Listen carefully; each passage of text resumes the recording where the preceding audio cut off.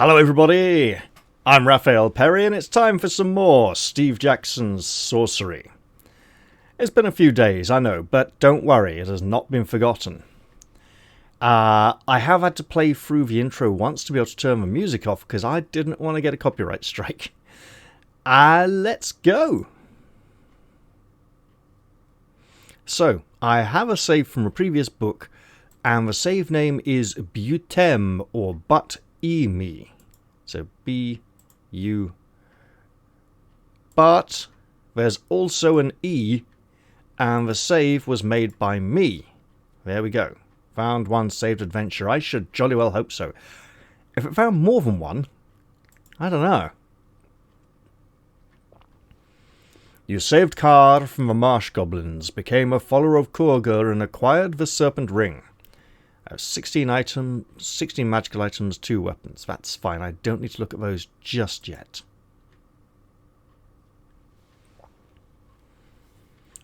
Night falls on this, the 8th day of your journey from Analand. To the east, mighty mountains claw at the stars. You stand on the edge of Badubak, a wild and desolate place. Beyond lies the fortress of Mampang, the Archmage, and the Crown of Kings. Now, I just thought, what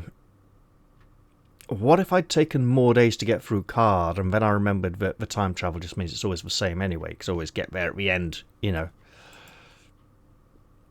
The path has been long indeed. Leaving the hills, you journeyed into Khare and saved it from destruction by goblins. You lost your spirit guide on its streets, becoming a follower of Khare, the god of grace. You cleared the debt of Flanker the assassin, and you overcame the deadly portal traps of the city, ancient cruel magic designed to trap the unwary. The Baklands are different. They most certainly are. There won't be plenty of shops here for me to purchase provisions. But the plains of Badubak will be different.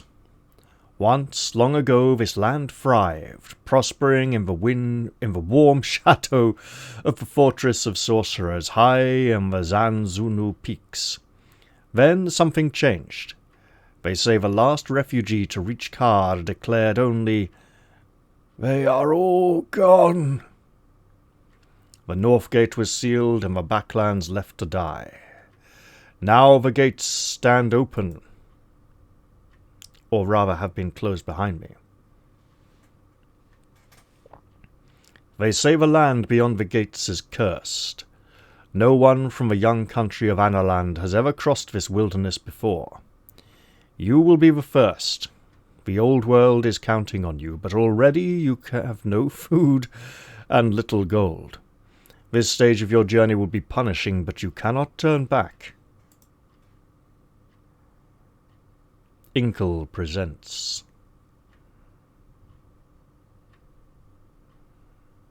Steve Jackson's Sorcery, and this presentation was done with a beautiful musical fanfare which, because it sounded very classical and recognisable, Part 3, The Seven Serpents, may be susceptible to YouTube copyright claims, and I don't really want that at the moment. So, here we are. The stones of the old road disappear under a layer of dust and sand. At your back looms the great wall of the Cityport of Khare. Ahead there is nothing but an empty waste and the night. Ready my sword, look back, walk on. Ready my sword, I can kind of generally do that in an emergency at any point anyway. Walk on, I'll be doing that soon anyway, so I'll look back. You cast a last glance at the Cityport. It is quiet, but for the sound of baying wolves, all trace of the goblins have gone. I should watch the shadows in case something's sneaking up to get me, but I'll look up at the stars. You turn your gaze from Khare to the stars, wondering what fresh secrets they may hold this far from the walls of Analand. Now, I'll head on into the plains.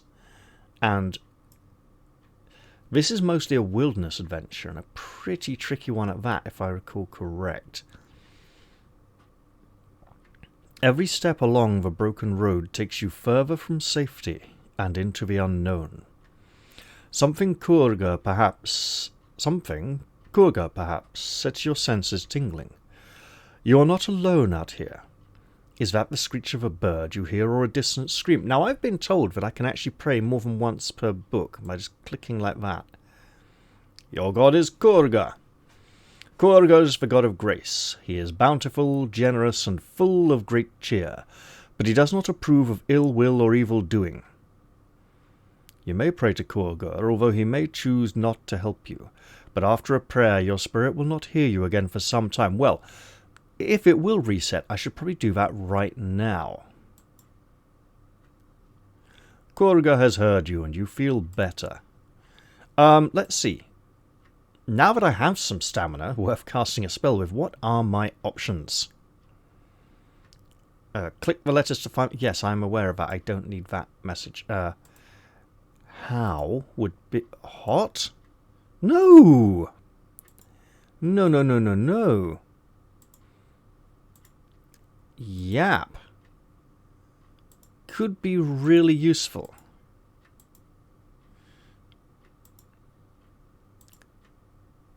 Sus. 1 stamina. Sap. No.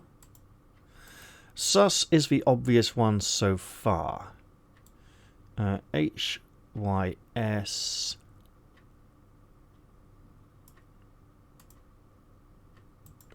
No how. Okay. Yap or sus. I mean, I've already heard the sound, unless I hear it again. Sus would make more sense, but I'm going to go for this, because it costs less. Oh, wow. Deathhawks? Not Deathhawks, Nighthawks. Okay. You cast the spell and pull on the wig. In the distance you hear the screeching of birds, but as the spell takes hold, the sound resolves into words. "There's one!" screams a shrill voice in the sky. "He looks like a tasty morsel." "I'll claim first strike!" screams another. A moment later, a ferocious Nighthawk has plunged from the sky, talons outstretched for your neck. No spell this time. Duck or roll aside. How athletic is my hero? Would he be capable of rolling back to his feet, or would he be kind of stuck on the ground for a bit? Draw my sword, obviously sensible. I'll try it. You hurl yourself to one side just in time, and the sharp claws sweep past your neck to rake the dirt. "I will shred you to your gizzards," the bird promises. "Tasty one!" The bird wheels up into the sky to rejoin its group. "Take his eyes!" it screeches. You count 4 birds circling, ready to attack. I should absolutely cast a spell, right? My feeling is I'm not going to have to fight all 4. If I have to fight 2, the other 2 will probably leave.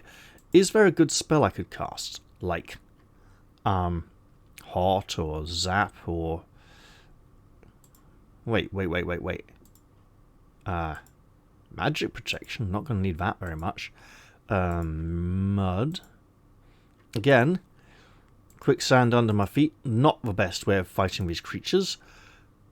Of course, invisible wall would be lovely, especially if I can put it over my head. No wok, however. I have no coins. Law, right?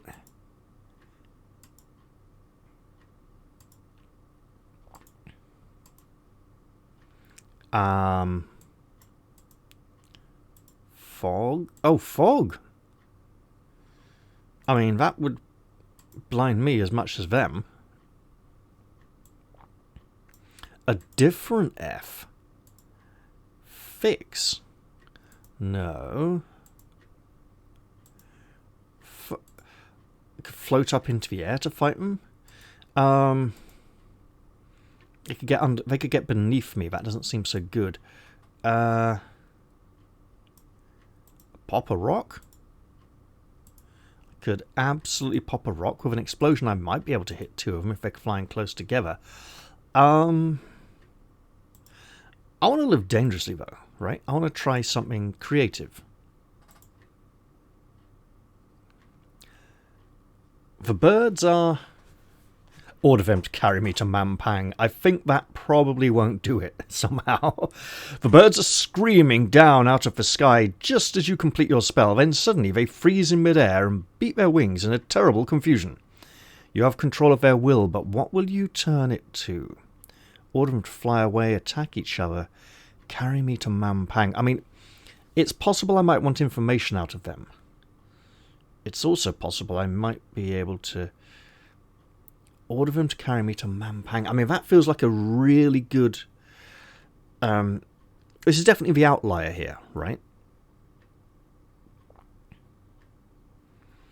Do I feel they have been controlled by the Archmage and sent after me? It's a distinct possibility. They could have information on what enemies have sent them. But I think attack each other, there'll be at least one left afterwards, so that's not ideal. They are dangerous predators, but they're part of the whole local ecosystem, so reducing their number might not be good, ideally in the long run. Order them to carry me to Mampang. I think they'll pick me up and fly me until the spell wears off, and then they'll drop me from whatever height they're flying me. I don't think they can fly me all the way, and it would skip a ridiculous amount of content, so... order them to fly away. You order them to fly southwards, and the creatures obediently wheel in the sky and beat up into the air. I'll keep watching for a moment. You keep watching, and it's good that you do, because a moment later the birds fly out of reach of your spell and your power over them is broken. An instant later they have wheeled around, flying faster now, and screaming down for your blood. The spell of understanding fades, and you set your stance and draw your Analand sword from its sheath. A moment later, the Nighthawk has swooped once more. Glad I went for defend there. Okay, we're getting these much more indicative things now. Messages to make it really obvious what we're doing. The Nighthawk swoops in low, talons outstretched. You drop into a defensive crouch, covering your head. The Nighthawk batters against your defences in a flurry of wings. You escape mostly unscathed. Now, I want to go about it here. I want to save some power for next round as well. And I'm glad that I did. You wait for the Nighthawk's wide wings to open, and then you strike. You wait, twist, and then charge forwards, catching the bird between widespread wings. You draw blood. The Nighthawk opens its beak to scream and circles through the air overhead. For just a moment, you lose track of it against the stars. So it went in there. So it's got potentially, say, about... It could go up to like a here. Let's go 4.2. Oh, that was good. Oh, that's got a lot of stamina. Okay, I need to be very careful here. You take advantage of the Nighthawk's anger to press forward. Swinging up from a low crouch, you aim for the beast's cold heart. The Nighthawk swoops for you, then tries to turn and retreat, but it is too slow. Your blade cuts a ragged gash on its bony belly. The creature wobbles, almost falls. It beats its strong wings and gains height, gathering momentum for another strike. Okay, it's coming in hard. I'm going to defend. Glad that I did. You drop into a crouch as the Nighthawk screams through the air. You repel it with your blade, heaving with the effort. You breathe a sigh of relief. It clicks together long talons while turning in the air once more. It is still determined to fight. In that case, I want to go in like about here. Yes. Oh, just 1 point. That is really hard to hurt. Okay. An opening appears. You jump through the air, hoping to catch the creature. The Nighthawk screams as your blow connects. You draw blood. It flaps its way upwards, gaining altitude, ready to plunge. Okay, this is a big hit. A big hit, obviously. So I'm gonna...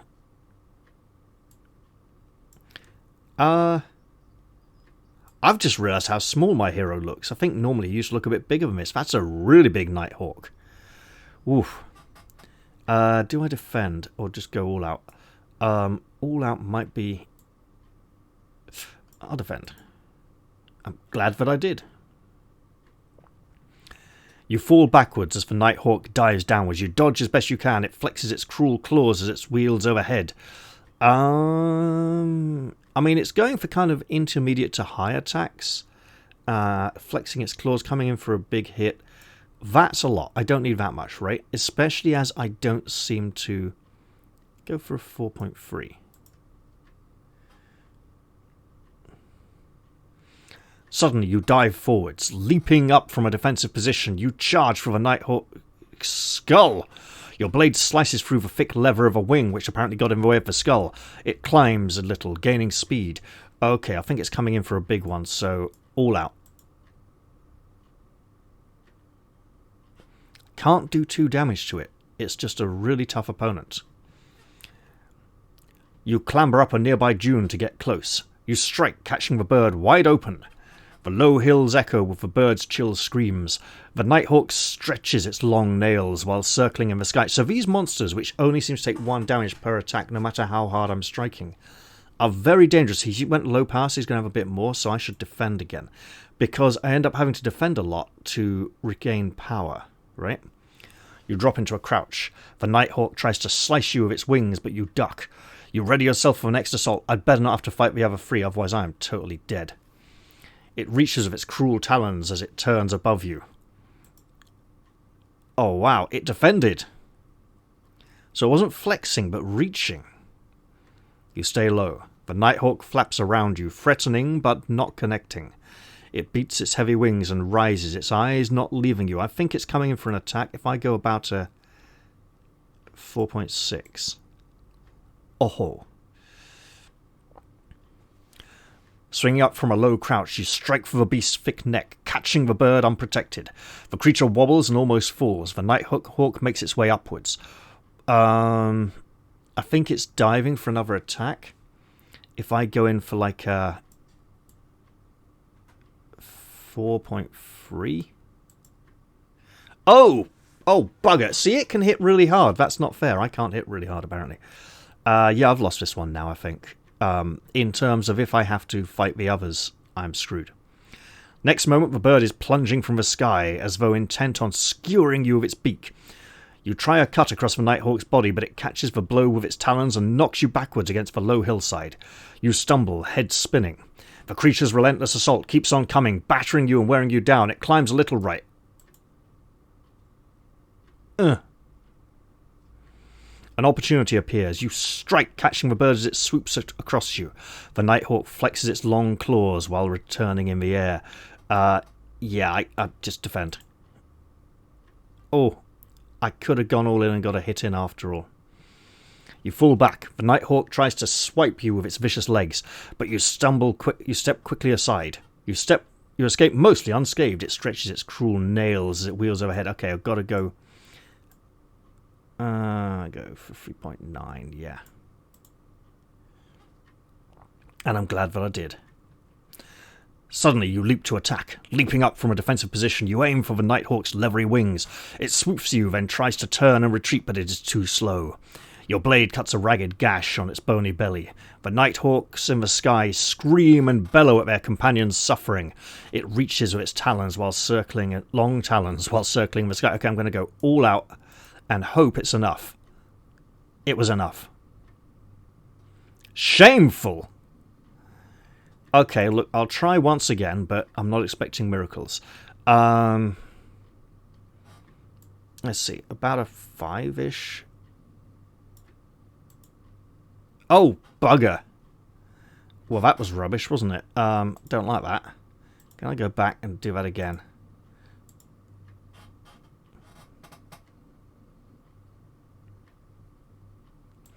Okay. So, yap.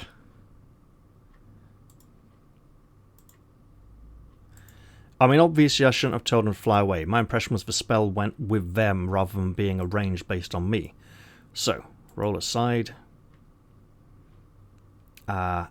cast a spell. Look, maybe telling them to leave will mean that I only have to fight one, right? Instead of all of them. Order them to fly away because it's what I said last time.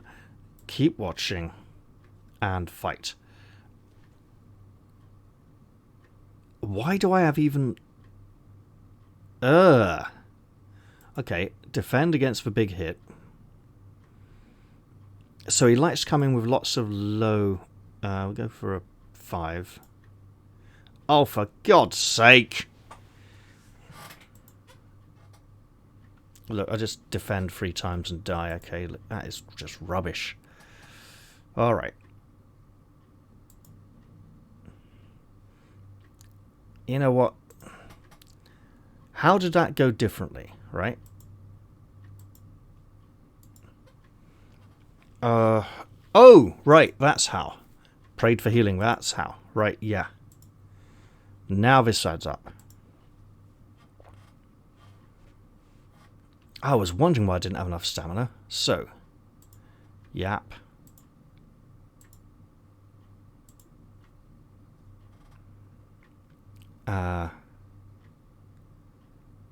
That's not what I... Oh, for God's sake.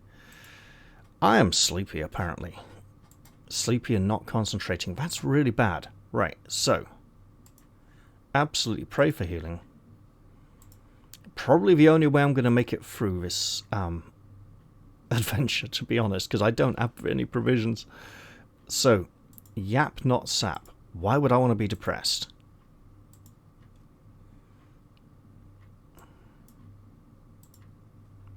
And then cast a spell. Shout and Defiance. That might be... With Yap. That could affect him. Right, that could really confuse him.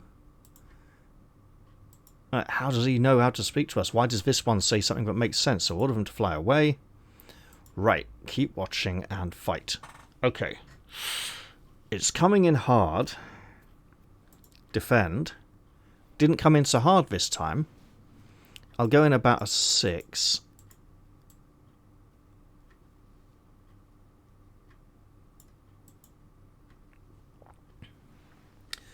So this inability to do more than 1 damage is rather telling. He likes to come in like around a 4-ish. Oh, for God's sake. Okay, fine. That's me screwed. Right. Just kill me. Kill me, bird. With your inability to take more than 1 damage at a time. I mean, that's not enough. Oh, okay, that is. So if I just keep going in hard here, right? Doesn't really work when he defends, but... There we go. This is obviously bad, and should not in any way work. Lovely. So, going all out every time keeps me on very low energy, so I just can't defend myself.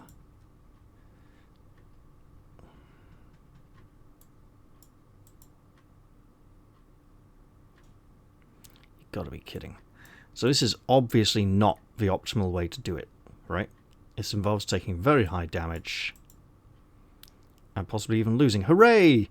Right, do it properly this time. Okay. Big bad bird coming in for the kill. Let him exhaust some energy. So I really need to be hitting around a 5. Go 5.2. Okay, I could have stayed at a 5.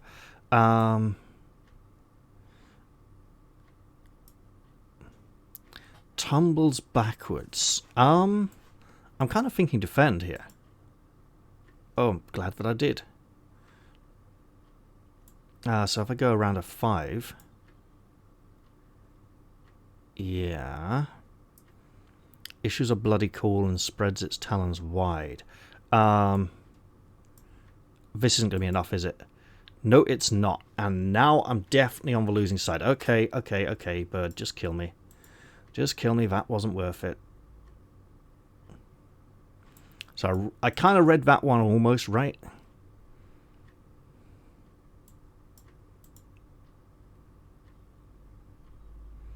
let's look at it another way, right?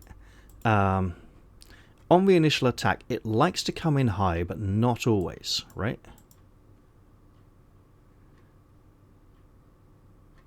Look, okay, if I just defend, that's the easiest way of guaranteeing a kill. Right, good. A moment later, the Nighthawk has swooped once more. I'll go 5.6. Oh, for goodness sake. Alright, yeah, that was dumb. I don't want to do this now. That was rubbish. Come on, keep hitting me. So that was a big mistake. So, defending of the initial attack. I mean, more often than not, it comes in very heavy on the initial attack, so that seems like a good idea. But it does seem somewhat randomized. It doesn't always come in low. So, yeah, let's defend. Glad that I did. For just a moment, you lose track of it against the stars. That can't be good. Scream circles through the air overhead, so it's coming back again. It's not... If I go like a... No, it's going to come in higher than a freeze. So, like 4.7. Okay, that's a good start. So it's done a very high attack, a low attack. It's got to have a few more low attacks before it can go high again. I can use this to come in at like a 5.1. Yes. Gathering momentum for another strike, so I defend, right? Glad that I did. Flexes its cruel claws, so it's coming in for a hit. I can go for like a 5.9. That's not quite enough. Go 5.3. Okay, good. Landed the blow there. Stretches its long nails while circling the sky. I think it's coming in for an attack. And I think I need to take it to get that attack power higher. Okay, good. Reaches with its cruel talons as it turns above you. So that was a little more defensive. If I go in for like a 3.7. Oof. Flaps its way upwards, gaining altitude, ready to plunge. So that is a serious attack coming in. So I might as well take the hit and get the power for the next round, right? Okay. Gaining speed. Could be trying to get away. I can go in hard here. I need to get 5 more hits. So if I go for like a 5.2. Oof. Okay. Beats its heavy wings and rises, its eyes not leaving you. I think it's more defensive now.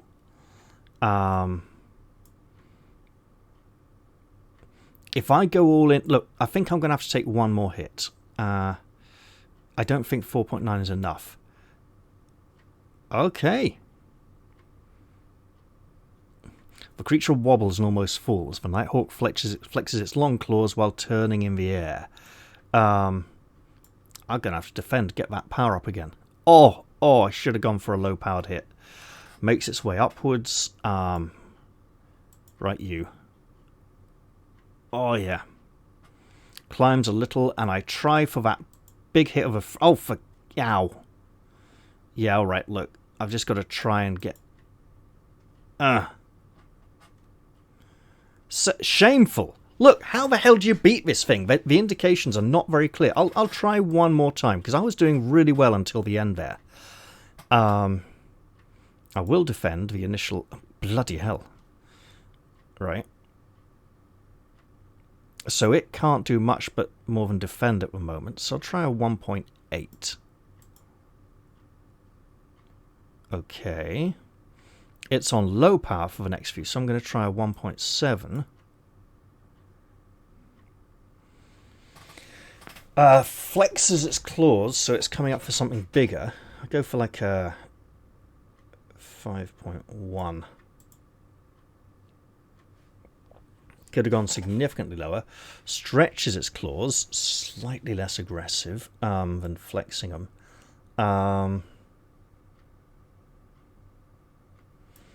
But it is building up for a big attack here, right? So if I come down to like a 2.7...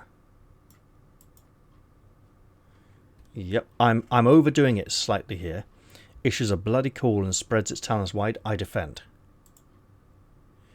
Glad that I did. So it's done a big attack, so it can't really have more than this plus a little bit of recovery left. So if I go like here, 2.1. Oh, that went really low. Momentum for another strike, so a big one. 5.6. Yes. Flexes its claws, slightly more aggressive. I can go up to 4.2, risk it. Because I'm probably going to have to take another hit anyway. Gaining altitude, ready to plunge. I go defense. Glad that I did. Stretches its cruel nails as it wheels overhead. Right, I need to get 2 more hits in. Gotcha. And you should be really low. Bollocks. I was doing so well up to that point. Right. Rough going. Yeah, I'll say that's good enough. That's good enough. Oh. You step away from the fallen creature, but there is no time to rest. 2 more of the creatures overhead shriek and start to dive. I'm going to have to cast a spell. You spread your arms wide, ready to summon the power of the stars, but then, quite suddenly, the Nighthawks break formation. Something else is shimmering into visibility in their very midst. No decision is permanent. Click for... What? Run forward or move uphill.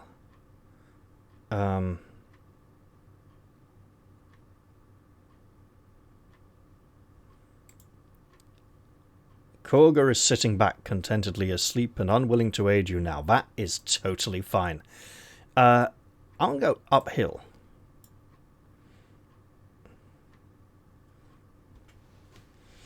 You move up to higher ground, while behind you the strangest of battles ensues.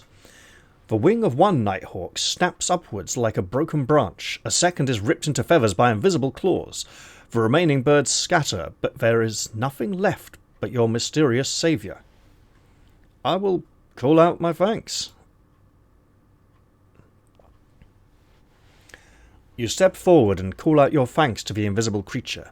There is a rush of air just in front of you. Whatever it is has landed. You hear the movement of unseen feathered wings, and then, at last, you understand. This creature is a gold-crest eagle from the king's own eyrie in Analand. The eyrie is deep behind the Shamutanti wall. That is very far away. The eyrie is deep behind the Shamutanti wall. It must have flown for 3 days to reach you, but why? Oh, there's a message, doesn't it? Probably right. The creature, slowly becoming visible, sees you have recognized it. It tilts its beak. I'll bow in respect. You bow your head to the eagle. It opens its beak in reply, and something falls to the ground. It is a message cylinder. Whatever it contains must be of vital importance, or the king would not have risked revealing your location like this to deliver it. I will take the tube. Ask for it. Look, it might not understand me that well, okay? I doubt it's going to have good answers. You reach down and pick up the tube. Inside are 10 gold pieces and a rolled parchment sealed with the royal seal of the king of Analand. I now have plenty of money and no food. We trust these tidings reach you in fair health, but must warn you of impending peril. Your mission is discovered. The Mampang's eyes have spied our plan, and the word is on its way to the Dark Fortress. Too late we discovered our unwelcome eavesdroppers, and news of your quest is being carried towards High Zaman by 7 serpents, the Archmage's most trusted servants. By now they will have reached the Baklands, and here they will divide to complete their journey separately. If you are still able, seek them out, for they must stop to rest and eat. Destroy the creatures before they reach their goal, else the Archmage will prepare a deadly welcome for you. Find Shadrach the Hermit for advice, for naught moves through the Baklands without his knowledge. Our hearts are with you. And then we have a royal seal. I shouldn't ask the eagle that question. It's not going to answer. I'll thank the eagle. You look up, but the gold-crest eagle has already rendered itself invisible once more. You feel the rush of air as its great wings lift it from the ground. Then you are alone. Destroy the message or keep it. Shadrach the Hermit. Shadrach's one of the orcs from the Lord of the Rings, isn't he? No, I'm thinking of Shagrat. Right, let's see. No. Do I get clues? I do not get clues. Okay, I do get clues. So, I'm pretty sure in the original adventure, I had to defeat all 7 serpents before. No decision is permanent. Well, where? I mean, there's like no decision at all. So, okay. No, I think I have to defeat all 7 serpents to get to the end of the adventure successfully. However, looking at the way Inkle has handled things. Oh, what was that? Let's do that again. No. Okay, so there's a dark spot here now. So there's... I don't know if it's clouds or something else on the map, indicating areas I should maybe consider. Is it to do with where I'm clicking with the mouse as I move? No. It does seem to be cloud-like. Almost more watery, though. Okay, so 7 serpents. Let's see. 1, 2, 3, 4, 5, 6. So what do we got? We have... there's a serpent for the sun, a serpent for time. I think there's a moon serpent as well. I can't remember all 7, though. I mean, I think it's just fire, earth, air, water, sun, moon, and time. But I could be mistaken. The time serpent is the last one, and it's the hardest. Okay, so I've got the clues. I don't need to keep the message. It would be helpful to identify myself if I meet Shadrach the Hermit. I think I'll destroy it. You tear the note into shreds and toss them to the wind. You will not quickly forget what it said. It would seem the Baklands are not as deserted as you had supposed. You must find these 7 serpents and destroy them, or your journey will be for nothing. So I'm suspecting that Inkle, based on the way they've handled things so far, will allow an option to complete the adventure without defeating all 7 serpents, but that every serpent undefeated will make Book 4 significantly harder, to the point where, like, I might need to defeat at least 3 of them. Well, I'll head back to the road. The stars turn in the sky overhead. Taking the pole as your guide, you rejoin the old road and make your way north. Before you, the Baklands stretch away to a dim horizon. How can you hope to locate 7 serpents in such a wilderness? Well, I must find Shadrach the Hermit, obviously. No doubt this Shadrach will help you, though how does the King of Analand know who lives in the Baklands? Is there more to this wilderness than you know, or is the king relying on the unreliable foresight of his far-seers? Well then, I'd better head down this winding cliff road.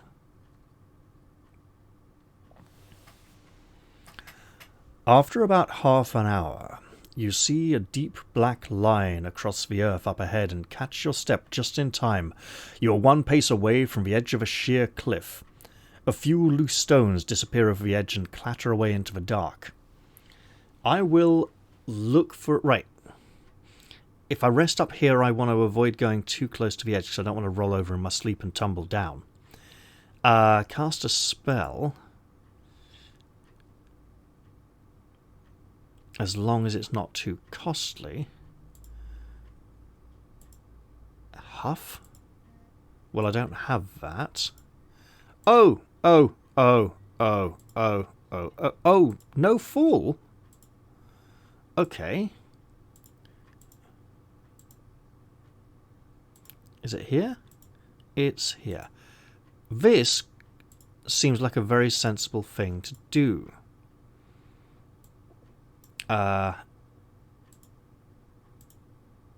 Sun. Of course. I was like, sus? You cast the light and the sun jewel in your pack begins to pulse and throb with a brilliant, blinding light. With the light from the jewel, you look over the cliff and make out a set of worn, carved steps leading downwards.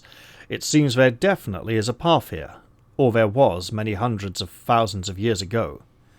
I will climb down as well as I can, then. At least I've got the light to see if there's any poor footing, right? You creep towards the stone steps and begin to make your way down. So I want to go this way, go...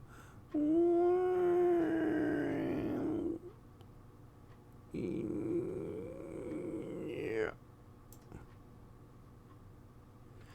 I mean, that looks about... yeah.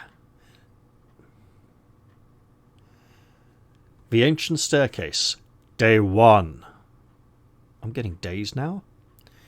During the past day, you gained considerable gold, plus 10, and found 2 new queues. I'm going to get daily updates. Oh! Did I take damage for not sleeping? In the distance, the sun breaks over the horizon. You have been awake all night and are weaker for it. You clamber down the ancient steps. It is painstaking work, as every step is about the height of your own body. Then, about halfway to the ground, you are forced to stop. The steps below have fallen to rubble. I will look at the remaining stairs.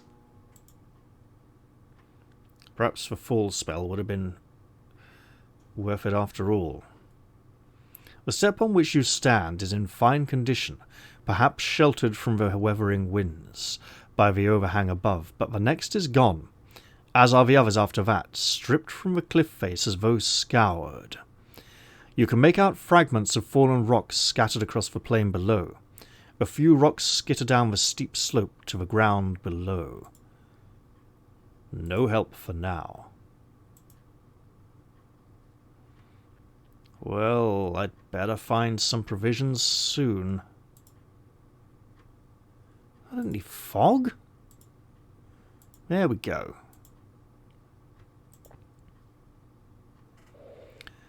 You cast the spell, lightening your body weight to a mere fraction of normal. Somewhere close by, the wind whistles a clear note as though blowing over the top of a gigantic bottle. Time to live dangerously. You step over to where the staircase ends and beyond. You drift down to the valley floor. Probably could have done that. Oh! He's actually drifting. Down I go. I like the way our hero is a little more animated now. You have reached the bottom of the cliff. Your weight returns, and you settle gradually back down onto the ground. The light from your sun jewel pulses twice and fades. The early morning sun makes the air glow. The great cliff rises up to the sky, unclimbable and looking ready to topple at any moment. I'll check my provisions, of which I have none. You take a moment to review your situation. You have no food in your pack, and the plains out here are desolate and largely unoccupied. You will have to move as quickly as possible if you are to avoid starvation. I'll look back at the cliff and hope I'm not wasting too much spine. Oh, bollocks. Should I have gone to that cave? Okay. Let's rewind ever so slightly.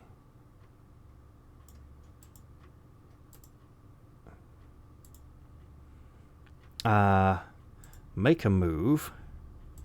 Jump.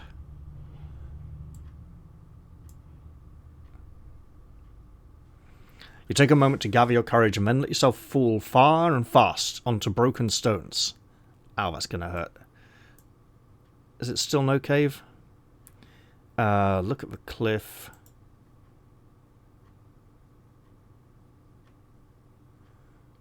Oh, scrub it. Okay, okay, okay. So that didn't help. No.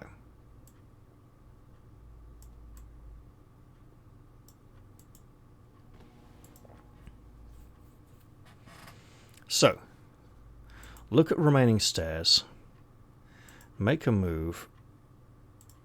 Nope, don't want it. Oh, there's a climb up. Oh, could this? Look over the cliff edge. Look at the view. Look at the staircase. Look at the view. Look to the mountains. Look to the plain. You know what? I'm obviously more Nighthawks. Flip a neck. Look back. 1 foot. Yep. Look at the figure.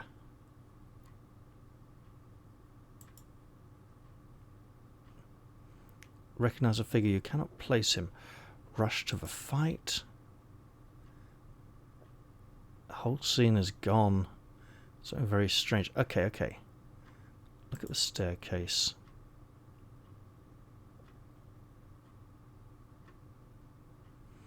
Gather the moss. Hey, I didn't have this option before. Okay, so.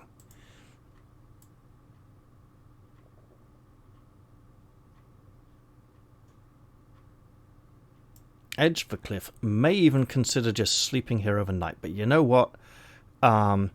I think I'm just going to leave it here before I cock it up completely and get frustrated back. Too much backtracking. I know, nasty end of an episode. Well, I'm going to leave this one here then at the top of this cliff. Because clearly I also should go get some rest, just like my hero really needs to. This whole situation will probably be easier in daylight as well. So, I'm going to leave this one here. I hope you've all enjoyed this episode. And I do look forward to seeing you all in the very next one. I'm going to say goodbye for now, though, and cheerio, everyone.